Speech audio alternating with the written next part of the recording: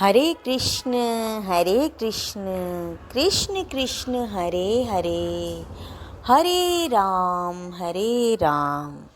राम राम हरे हरे।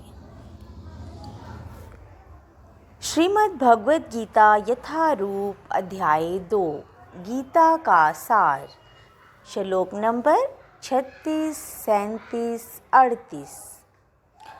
तुम्हारे शत्रु अनेक प्रकार के कटु शब्दों से तुम्हारा वर्णन करेंगे और तुम्हारी सामर्थ्य का उपहास करेंगे। तुम्हारे लिए इससे दुखदायी और क्या हो सकता है।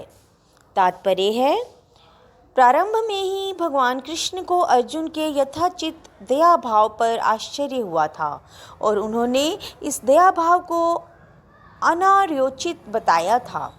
अब उन्होंने विस्तार से अर्जुन के तथाकथित दया भाव के विरुद्ध कहे गए अपने शब्द वचनों को सिद्ध कर दिया है। हे कुंती पुत्र, तुम यदि युद्ध में मारे जाओगे तो स्वर्ग प्राप्त करोगे, या यदि तुम जीत जाओगे तो पृथ्वी के साम्राज्य का भोग करोगे। अतः दृढ़ संकल्प करके खड़े हो और युद्ध करो।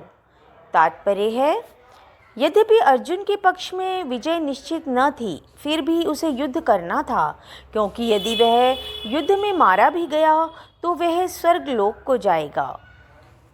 तुम सुख या दुख, हानि या लाभ, विजय या पराजय का विचार किए बिना युद्ध के लिए युद्ध करो। ऐसा करने पर तुम्हें कोई पाप नहीं लगेगा।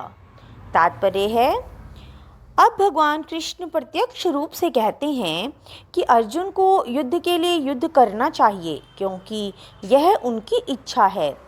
कृष्ण भावनामृत के कार्यों में सुख या दुख, हानि या लाभ, जय या पराजय को कोई महत्व नहीं दिया जाता। दिव्य चेतना तो यही होगी कि हर कार्य कृष्ण के निमित्त किया जाए। अतः भौतिक कार्यों का कोई बंधन नहीं होता। जो कोई सतोगुण या रजोगुण के अधीन होकर अपनी इंद्रिय तृप्ति के लिए कर्म करता है, उसे अच्छे या बुरे फल प्राप्त होते हैं। किंतु जो कृष्ण भावनामृत के कार्यों में अपने आप को समर्पित कर देता है, वह सामान्य कर्म करने वाले के समान किसी का कृतज्ञ या ऋणी नहीं होता। भागवत में कहा गया है, देवर्षित भूतात नृणाम पितॄणाम च किंकरो नाय मृणी च राजन सर्वात्मना यह शरणं शरण्यं गतो मुकुंदं परिहृत्यं कर्तम्।